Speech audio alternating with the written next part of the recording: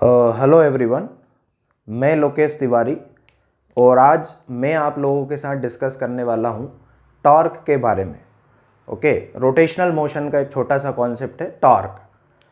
तो टॉर्क को हम अगर बोलें टॉर्क रिप्रेजेंटेड बाई, और इसको हम ये भी बोल सकते हैं टॉर्क बोले या मोमेंट ऑफ फोर्स बोले, या फिर हम इसको ये भी बोल सकते हैं टर्निंग इफेक्ट ऑफ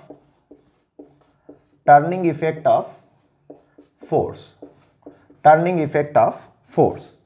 और इसको टॉर्क को हम जो जिससे रिप्रेजेंट करते हैं उसको हम बोलते हैं tau. Okay, torque is represented by tau. अब होता क्या है, जैसे कि हमने लीनियर मोशन में देखा है, लीनियर मोशन में कुछ वेरिएबल्स हैं, वैसे ही जो है आपके रोटेशनल मोशन में भी कुछ वेरिएबल्स हैं। अगर हम लीनियर मोशन की बात करें, लीनियर वेरिएबल्स की बात करें, लीनियर मोशन में अगर लीनियर वेरिएबल्स की बात करें और एंगुलर रोटेशन मोशन में एंगुलर वेरिएबल और रोटेशन वेरिएबल की अगर हम बात करें, okay, linear variable in linear motion and angular rotation, angular variable और rotation variable in rotational motion. यहाँ पे जो था आपका डिस्प्लेसमेंट, तो वो यहाँ पे अपना एंगुलर मोशन में या रोटेशनल मोशन में जो अपना जो वेरिएबल है वो हो गया थीटा। ओके, वो हो गया थीटा। यहाँ पे अगर अपना डिस्प्लेसमेंट था तो ये हो गया अपना एंगुलर डिस्प्लेसमेंट। यहाँ पे वेलोसिटी था तो यहाँ पे हो गया आपका एंगुलर वेलोसिटी। ओके, यहाँ पे आपका एक्सेलरेशन था तो यहाँ पे हो गया आपको एंगुलर एक्सेलरेशन। अब यहाँ पे जो काम था, यहाँ पे आया अपना एक फोर्स। लीनियर मोशन की बात करें अगर अपन, तो यहाँ पे क्या होता था, फोर्स होता था। और फोर्स के कारण क्या होता था कि जो भी लीनियर मोशन जो भी बॉडी कर रहा है उसका वेलोसिटी या तो बढ़ जाएगा, अगर वहाँ पे अगर फोर्स अप्लाई कर रहे हैं अगर हम, तो या तो उसका वेलोसिटी क्या होगा, बढ़ जाएगा, या वेलोसिटी घट जाएगा। और उसके कारण जो है वहाँ पे क्या हो जाएगा, उस बॉडी में एक्सेलरेशन आ जाएगा। सिमिलरली अगर हम बात करें, वही काम जो काम यहाँ पे लीनियर मोशन में फोर्स कर रहा था, वही जो है रोटेशन मोशन में किसका काम है, वो टॉर्क का। किसका काम है, टॉर्क का। तो टॉर्क क्या कर रहा है, टॉर्क को हम इस तरीके से इन दोनों में सिमिलरिटी देख सकते हैं कि जो भी कोई घूमती हुई बॉडी अगर है, कोई घूमती हुई बॉडी अगर है, वहां पे अगर टॉर्क लग रहा है तो उस टॉर्क के कारण उस बॉडी की, घूमती हुई बॉडी की एंगुलर वेलोसिटी में क्या आएगा, चेंज आएगा। या तो एंगुलर वेलोसिटी क्या होगा, बढ़ जाएगा, या एंगुलर वेलोसिटी घट जाएगा या रिड्यूस हो जाएगा। और अगर उस घूमती हुई बॉडी में अगर एंगुलर वेलोसिटी बढ़ रहा है, घट रहा है, तो वहां पे क्या आएगा, अपना एंगुलर एक्सेलरेशन आएगा। तो जो काम यहाँ पे अपना फोर्स लीनियर वेरिएबल्स में, लीनियर मोशन में जो काम फोर्स का था, वो यहाँ पे क्या हो गया, अपना टॉर्क का हो गया। कि टॉर्क के कारण जो है कोई भी घूमती हुई बॉडी में अगर हम बात करें, टॉर्क के कारण कोई भी घूमती हुई बॉडी में उसका जो है एंगुलर वेलोसिटी चेंज होगा, और उस एंगुलर वेलोसिटी चेंज होने के कारण वहां पे कुछ ना कुछ क्या आएगा, एंगुलर एक्सेलरेशन आएगा। ओके, वहां पे क्या आएगा, उसका कुछ ना कुछ एंगुलर एक्सेलरेशन आएगा। अभी अगर हम बात कर लें कि भाई ये टॉर्क जो है, एंगुलर एक्सेलरेशन आ रहा है, तो अगर हम बात करें अमाउंट ऑफ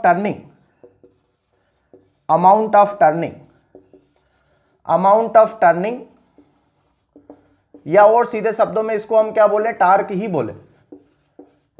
बोले, तो ये तीन चीजों पे डिपेंड करता है। जो अमाउंट ऑफ टर्निंग है ये तीन चीजों पे डिपेंड कर रहा है अपना। किन किन चीजों पे, एक तो है अपना किस पे, फोर्स कितना अप्लाई कर रहे हैं अपना, किस पे अप्लाई कर रहे हैं भाई। अमाउंट ऑफ टर्निंग जो है वो किन चीजों पे, या टॉर्क जो है किन चीजों पे डिपेंड करता है, कि magnitude of force. Okay, magnitude of force, you can say that magnitude of force, can say magnitude of force, कि कितना फोर्स लग रहा है, मैग्नीट्यूड ऑफ फोर्स। ओके, अभी यहां पे हम एक एग्जांपल ले लेते हैं। मान लो आपको एक नट ओपन करना है। ओके, ये नट है, मान लो आपका हेक्सागोनल नट है, और यहां पे आपको एक स्पेनर की मदद से एक स्पैनर है अपना, ये यहाँ पे स्पैनर है या पाना जिसको हम बोलते हैं, और यहाँ पे अपना ये नट है। इस नट को मान लो आपको ओपन करने का है, ठीक है, इस नट को आपको ओपन करने का है। तो यहाँ पे क्या बोल रहा है वो कि amount of turning a torque जो है, amount of turning a torque जो किस चीज पे डिपेंड करेगा, मैग्नीट्यूड ऑफ फोर्स पे। इसका मतलब क्या है, अगर कभी नट खोला होगा अपने जीवन में, ठीक है ना, प्लेनर के या स्पेनर की मदद से, पानी की मदद से, तो आपने देखा होगा कि जितना ज्यादा आप फोर्स लगाओगे उतना ही ज्यादा जो है अमाउंट ऑफ टर्निंग आपको मिलेगा। ओके, जितना ज्यादा फोर्स लगाओगे। So it means we can say कि जितना ज्यादा फोर्स होगा उतने ही ज्यादा क्या होगा, टर्निंग का अमाउंट होगा। टर्निंग का अमाउंट होगा, इट मीन्स व्हाट, कि वहां पे उतना ही ज्यादा क्या होगा, टॉर्क होगा। ठीक। दूसरी चीज अगर बात करें किस पे डिपेंड करता है, location where we are applying force, location where force is applied, force is applied. Okay, दूसरा जो पॉइंट है जिसपे कि अमाउंट ऑफ टर्निंग और टॉर्क डिपेंड करता है वो है कि लोकेशन जहां पे हम फोर्स को लगा रहे हैं, किस जगह पे हम फोर्स को लगा रहे हैं। ठीक है ना, मान लिया आपने एक फोर्स यहां पे, पहले वाला केस है, पहले वाले केस में आपने फोर्स यहां पे लगाया, यहां पे फोर्स लगाया और यहां से इसका पाइवोटेड पॉइंट है ये, इसको हम क्या बोलते हैं, pivoted slash, pivoted slash fixed point, fixed point, या फिर हम बोल सकते हैं इसको एक्सिस ऑफ रोटेशन, या हम इसको क्या बोल सकते हैं, एक्सिस ऑफ रोटेशन, या फिर हम इसको एक्सिस ऑफ रोटेशन बोल सकते हैं, या ये भी बोल सकते हैं the point, it is a point at which or about which the object is rotating. Okay, ये पॉइंट वो पॉइंट है जिसके अबाउट जो है आपका ऑब्जेक्ट को क्या है, रोटेशनल मोशन कर रहा है। तो इस पॉइंट को हमने बोला पाइवोटेड पॉइंट, फिक्स्ड पॉइंट और एक्सिस ऑफ रोटेशन। ठीक है, यहां से जो फिक्स्ड पॉइंट से जो डिस्टेंस होता है वो है अपना, मान लो r, कितना डिस्टेंस है, r है, फिक्स्ड पॉइंट से जो डिस्टेंस है वो है अपना r, और इसको हम बोलते हैं मोमेंट आर्म, इसको हम क्या बोलते हैं, मोमेंट आर्म। ठीक है, तो एक केस अपना ये हो गया। आप जनरली इस चीज को बहुत इजीली आप अपने डेली लाइफ में ऑब्जर्व कर सकते हैं कि जितना ज्यादा दूर फोर्स होगा, ठीक है ना, जितना ज्यादा दूर फोर्स होगा उतना ही जो है ज्यादा क्या होगा, वहां पे टर्निंग इफेक्ट होगा। अगर आपने नट को ओपन करना है पाने के या स्पेनर की हेल्प से, स्पेनर की मदद से, तो जितना ज्यादा आप दूर फोर्स लगाओगे उतना ज्यादा टर्निंग इफेक्ट प्रोड्यूस होगा। ओके, अगर ये एक फोर्स अपन यहां पे लगा रहे हैं, ये एफ है, और दूसरा वाला अगर केस अगर देखें हम, वही स्पेनर है, वही स्पेनर है, वही पाना है अपना, और वही फोर्स है, यहां पे नट भी वही है अपना जिसको अपन ओपन कर रहे हैं। अब फोर्स जो है मैं एंड पॉइंट पे ना लगाते हुए, फोर्स एंड पॉइंट पे ना लगाते हो, मान लो मिड पॉइंट पे यहां पे लगा रहा हूं। अब मोमेंट आर्म मेरा कितना हो गया, r/2। ओके, मैंने डिस्टेंस क्या कर दिया, यहां पे रिड्यूस कर दिया। पहले मैं एंड पॉइंट पे लगा रहा था, मतलब फिक्स्ड पॉइंट से जो फोर्स का डिस्टेंस है वो ज्यादा था, और दूसरे केस में फिक्स्ड पॉइंट से जो डिस्टेंस है फोर्स का वो कम है। तो अभी यहां पे जो टर्निंग इफेक्ट होगा वो क्या होगा, कम होगा। यहां पे जो टॉर्क है वो क्या होगा, कम होगा। इसका क्या मतलब हुआ कि जो आपका अमाउंट ऑफ टर्निंग है, अमाउंट ऑफ टर्निंग है या टार्क है, वो किस चीज पे भी डिपेंड, कौन सी चीज पे डिपेंड करता है कि किस लोकेशन पे हम फोर्स को लगा रहे हैं। जितना ज्यादा अपना मोमेंट आर्म होगा, मोमेंट आर्म मतलब क्या, मोमेंट आर्म मतलब distance between pivoted point and applied force. Okay, pivoted point और जहां पे हम फोर्स अप्लाई कर रहे हैं, उन दो पॉइंट्स के बीच का जो डिस्टेंस होता है उसको हम क्या बोलते हैं, मोमेंट आर्म बोलते हैं। और जितना ज्यादा अपना मोमेंट आर्म होगा उतना ही ज्यादा हमारा क्या होगा, टार्क होगा। Okay, so amount of turning दो चीज पे तो हो गया कि भाई जितना ज्यादा फोर्स होगा उतना ज्यादा अपना टार्क होगा, और मोमेंट आर्म जितना ज्यादा होगा और उतना ही अपना ज्यादा क्या होगा, टार्क होगा। तीसरा जो जिस चीज पे डिपेंड करता है, तीसरा जिस चीज पे डिपेंड करता है अपना अमाउंट ऑफ टर्निंग और torque, we can say torque जो जिस चीज पे डिपेंड करता है, at which angle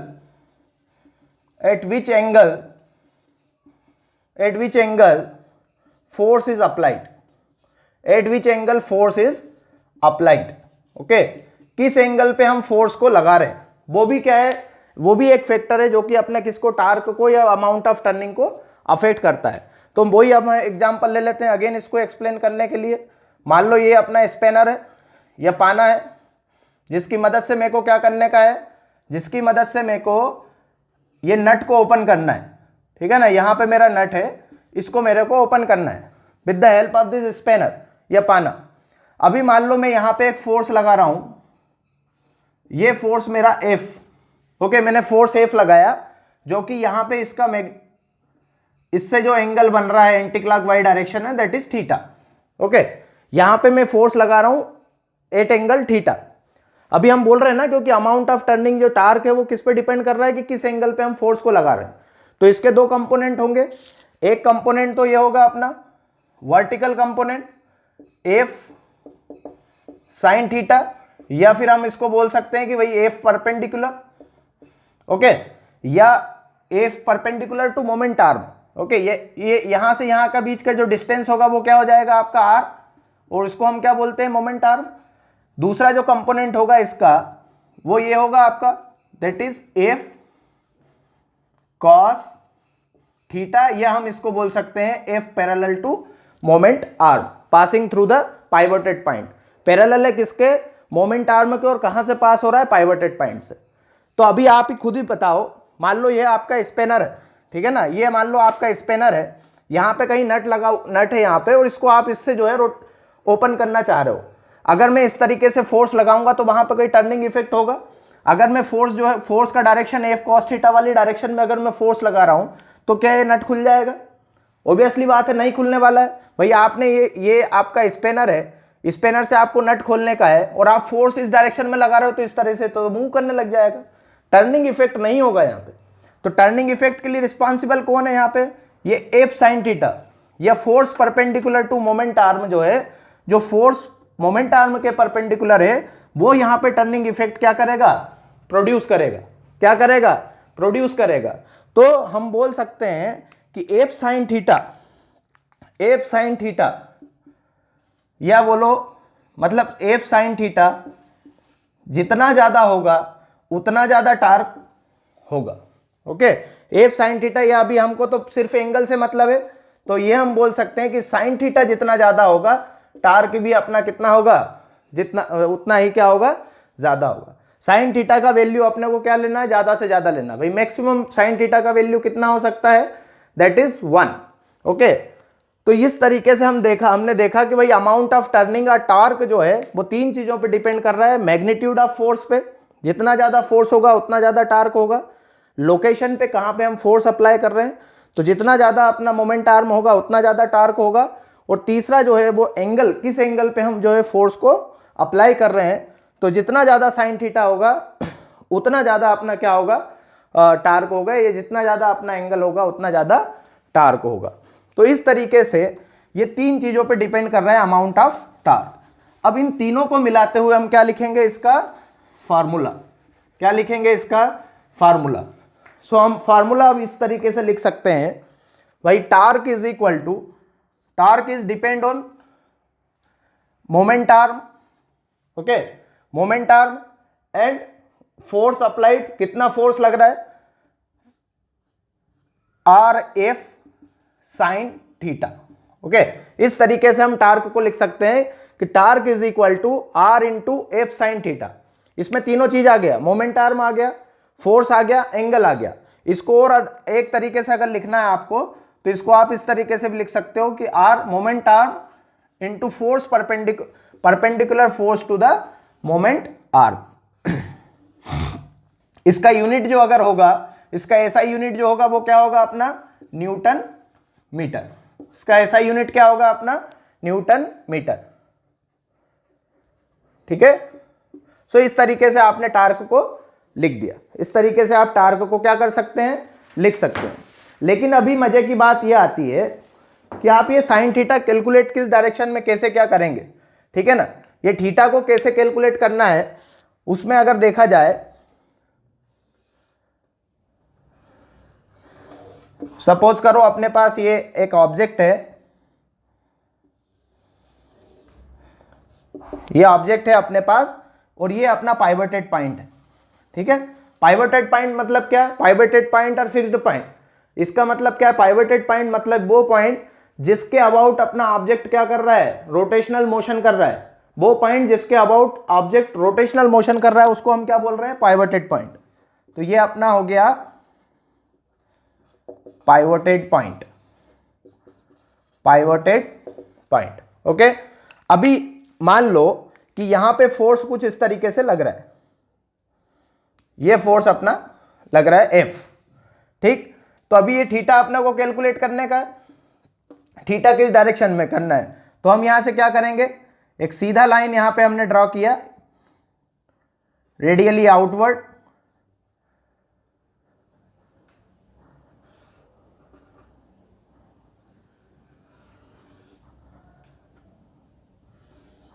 okay.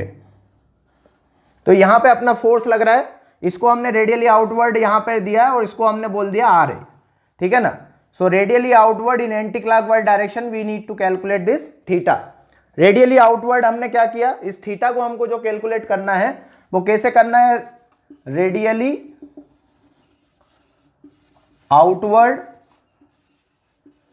In anti clockwise direction, in anti clockwise direction, ठीक है। तो यहां पे अपना पाइवटेड पॉइंट है, मोमेंट आर्म ये है अपना, देखो मोमेंट आर्म मतलब क्या कि पाइवटेड पॉइंट और फोर्स जिस पॉइंट पे लग रहा है उन दोनों पॉइंट के बीच का डिस्टेंस होता है, उसको हम क्या बोलते हैं, उसको हमने क्या बोला, वो अपना मोमेंट आर्म है। लेकिन हमने इसको क्या किया, रेडियली आउटवर्ड एक्सटेंड करा, रेडियली आउटवर्ड एक्सटेंड करा और एंगल मेजर किया इनके और इनके बीच में, किस डायरेक्शन में, एंटी क्लॉकवाइज डायरेक्शन में। तो ये हुआ कि नहीं एंटी क्लॉकवाइज डायरेक्शन। तो थीटा को अपने को हमेशा किस तरह से कैलकुलेट करना है, radially outward in anti clockwise direction. So इस तरीके से tau is equal to r f sine theta into, या इसको हम कैसा लिख सकते हैं, r f perpendicular. F perpendicular का क्या मतलब हुआ, एफ परपेंडिकुलर का मतलब हुआ कि ये फोर्स है जो कि मोमेंट आर्म के परपेंडिकुलर डायरेक्शन में लग रहा है। अब क्वेश्चन ये आता है, इसके भी दो कंपोनेंट हो जाएंगे, ठीक है ना। एक कंपोनेंट तो इसके अबाउट ही हो जाना है, इसका इस फोर्स का एक कंपोनेंट तो इसी के अबाउट हो जाएगा, that is F cos theta. और दूसरा कंपोनेंट अगर बात करें अगर हम, तो एक इसके परपेंडिकुलर कंपोनेंट होगा, ये जो होगा वो क्या होगा, F sine theta, F sine theta. लेकिन ये एफ कॉस थीटा कोई टर्निंग इफेक्ट प्रोड्यूस नहीं करेगा।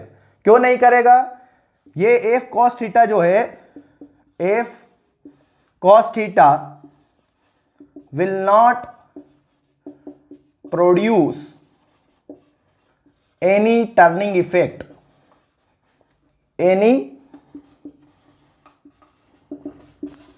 turning effect, okay. क्यों नहीं करेगा भाई एफ cos थीटा, क्यों नहीं करेगा, क्योंकि ये जो एफ cos थीटा है ये कहां से पास हो रहा है, इसका लाइन ऑफ एक्शन कहां से पास हो रहा है, पाइवटेड पॉइंट से।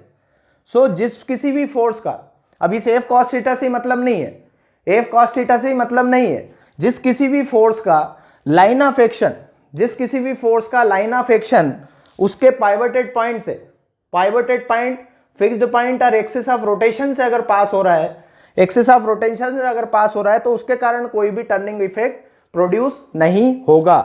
कोई भी फोर्स का अगर लाइन ऑफ एक्शन पाइवटेड पॉइंट से, फिक्स्ड पॉइंट से या एक्सिस ऑफ रोटेशन से, ठीक है, एक्सिस ऑफ रोटेशन से पास हो रहा है, तो उसके कारण कोई भी टर्निंग इफेक्ट प्रोड्यूस नहीं होगा। इसलिए हम बोल सकते हैं कि भाई torque because of this F cos theta, इस फोर्स के कारण, एफ कॉस थीटा के कारण जो टार्क प्रोड्यूस होगा वो कितना होगा, जीरो। वो कितना होगा, जीरो। या फिर आप ऐसा भी बोल सकते हो उसको, एक तो हमने ये बोल दिया कि जो भी कोई फोर्स है उसका अगर लाइन ऑफ एक्शन जो है वो जहां पे लग रहा है, उसका लाइन ऑफ एक्शन जो है अगर वो पाइवटेड पॉइंट, फिक्स्ड पॉइंट और एक्सिस ऑफ रोटेशन से पास हो रहा है, तो उसके कारण जो टार्क होगा वो क्या होगा, जीरो होगा। इसी को हम दूसरी भाषा में बोले तो वो अगर कोई फोर्स अपना जो है मोमेंट आर्म के पैरेलल है, किसके पैरेलल है, मोमेंट आर्म के पैरेलल है, और पाइवटेड पॉइंट और एक्सिस ऑफ रोटेशन और फिक्स्ड पॉइंट से पास हो रहा है, तो उसके कारण भी जो है आपका टर्निंग इफेक्ट होगा वो क्या होगा, जीरो, और टार्क क्या होगा, जीरो। ओके, तो इस तरीके से आप इन चीजों को समझ सकते हैं। अभी एक हम बात करते हैं कि भाई टार्क जो है, टार्क क्या है, टॉर्क है आपका vector quantity, torque is a vector quantity, torque is a vector quantity, torque is a vector quantity, torque is a vector quantity. Okay, और वेक्टर के फॉर्म में अगर अपने को लिखना है टॉर्क को, so torque is equal to r vector cross F vector. Torque is a vector quantity, और हम टॉर्क को किस तरीके से लिखते हैं, r vector cross F vector. अगर इसको हम ओपन करें अगेन वही, तो टॉर्क इज इक्वल टू क्या आ जाएगा आपको, magnitude of r vector that is r, magnitude of f vector that is f, and angle between this two, और उसका क्या लेना है अपने को, sine, that is sine theta n के। ठीक है, तो ये अपना वही फार्मूला आ गया जो अपने लिखा था। तो torque is a vector quantity, tau vector is equal to r vector cross F vector, tau is equal to r f sine theta n cap. और एन कैप मतलब क्या है, एन कैप होता क्यों है यहाँ पे, एन कैप होता है सिर्फ और सिर्फ किसके लिए, डायरेक्शन के लिए, किसके लिए, डायरेक्शन के लिए। और एन कैप को क्या बोलते हैं, that is unit vector, it is a unit vector perpendicular to plane containing r vector and f vector। Okay, so n vector जो है, एन कैप जो है अपना, वो क्या है, यूनिट वेक्टर है, जो कि आर वेक्टर और एफ वेक्टर का जो प्लेन होगा उसके क्या होगा, परपेंडिकुलर होगा। अगर यहाँ पे हम आर वेक्टर बना दें, ये मान लो अपना जो है वही स्पैनर वाला केस ले लेते हैं। ठीक है, ये अपना मोमेंट आर्म हो गया, और इस डायरेक्शन में जो है अपना ये फिक्स्ड पॉइंट है, यहाँ पे नट को ओपन करना चाह रहे हैं हम, ये अपना हो गया आर वेक्टर। ओके, यहाँ पे हम एक फोर्स लगा रहे हैं दैट इज एफ, तो इसको और एक्सटेंड अगर करें हम ऊपर को, तो ये हो गया अपना एफ वेक्टर। ओके, तो एन कैप क्या होगा, n cap is a unit vector perpendicular to this plane, या तो वो आउटवर्ड डायरेक्शन में होगा या क्या होगा, इनवर्ड डायरेक्शन में होगी, क्योंकि आर वेक्टर और एफ वेक्टर का प्लेन तो ये वाला प्लेन हो गया अपना बोर्ड इटसेल्फ, तो बोर्ड ही हो गया खुद। तो या तो अब ये जो एन कैप है ये क्या बता रहा है अपना, या तो आउटवर्ड या inward to this board. Okay, so अब टाउ का अगर आपको डायरेक्शन निकालना है तो कैसे डायरेक्शन निकाल सकते हैं हम, भाई राइट हैंड थंब रूल लगाएंगे सीधी। यहां तक की बात क्लियर है, that is tau is a vector quantity, और उसको हम किस तरीके से लिख सकते हैं, r vector cross F vector. उसको हमने ओपन किया तो ये हो जाएगा r f sine theta n cap. N cap जो है वो क्या बताता है आपको, यूनिट वेक्टर है और सिर्फ डायरेक्शन के लिए अपना इंट्रोड्यूस हुआ है। मान लो इस तरह की सिचुएशन है अपना, तो अब हम यहाँ पे यूज जो करते हैं वो क्या, कौन सा रूल यूज करते हैं, जो कि बहुत फेमस है और आपको आता ही होगा, right hand thumb rule, right hand thumb rule, right hand thumb rule. तो अभी अपने को क्या करना है, r vector cross F vector है, तो मैंने इस तरह से अपना जो है हथेली पाम लिया, ठीक है ना, ये हुआ आर क्रॉस एफ वेक्टर है, तो आर वेक्टर से एफ वेक्टर की तरफ मैं क्या करूंगा, इसको अपने जो पाम है उसको क्या करूंगा, कर्ल करूंगा, और जो थंब जो डायरेक्शन देगा वो किसकी डायरेक्शन होगी, थंब जो डायरेक्शन देगा वो किसकी डायरेक्शन होगी, अपने टार्क की। तो अगर r vector cross F vector इस तरह की सिचुएशन है, इस तरह की सिचुएशन है, तो इस तरह की सिचुएशन में मेरा जो टार्क होगा वो क्या होगा, आउटवर्ड डायरेक्शन में लगेगा। कैसा लग रहा है, टार्क का जो डायरेक्शन है वो क्या है, आउटवर्ड, क्या है, आउटवर्ड। और किस डायरेक्शन में लग रहा है टार्क, देख रहे हैं आप, ये मेरी जो पाम है वो, ये फिंगर से किस डायरेक्शन में कर्ल हो रहा है, देखो तो देखने पे पता चल रहा हो कि ये किस डायरेक्शन में कर्ल हो रहा है, इन एंटी क्लॉकवाइज डायरेक्शन। तो यहां पे अगर बात करें तो यहां पे आपका जो टार्क होगा वो क्या होगा, यहां पे जो टार्क होगा टाउ, ओके, वो क्या होगा आपका आउटवर्ड होगा to the plane containing r vector and f vector, outward. और वो कैसा है आपका, एंटी क्लॉकवाइज है। कैसा है, एंटी क्लॉकवाइज है ना। ये थंब जो है आपको क्या बता रहा है, टार्क का डायरेक्शन बता रहा है। और कैसा पाम जो ये फिंगर से मेरा कैसा डायरेक्शन में रोटेट हो रहा है, कैसा डायरेक्शन में रोटेट हो रहा है, एंटी क्लॉकवाइज डायरेक्शन। और इसके लिए जो साइन कन्वेंशन यूज होता है दैट इज पॉजिटिव। ओके, क्या होता है उसके लिए साइन कन्वेंशन, पॉजिटिव।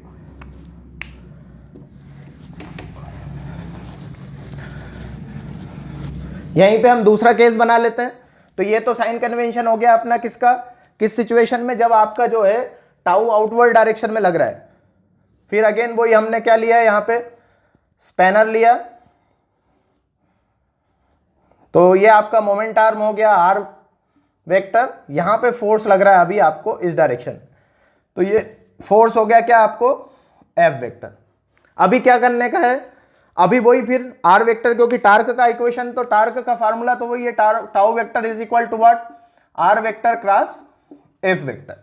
सो आपको जो राइट हैंड थंब रूल लगाना वो कैसे, आपकी जो पाम है, हथेली है, वो किस डायरेक्शन में रोटेट होना चाहिए, आर वेक्टर से एफ वेक्टर।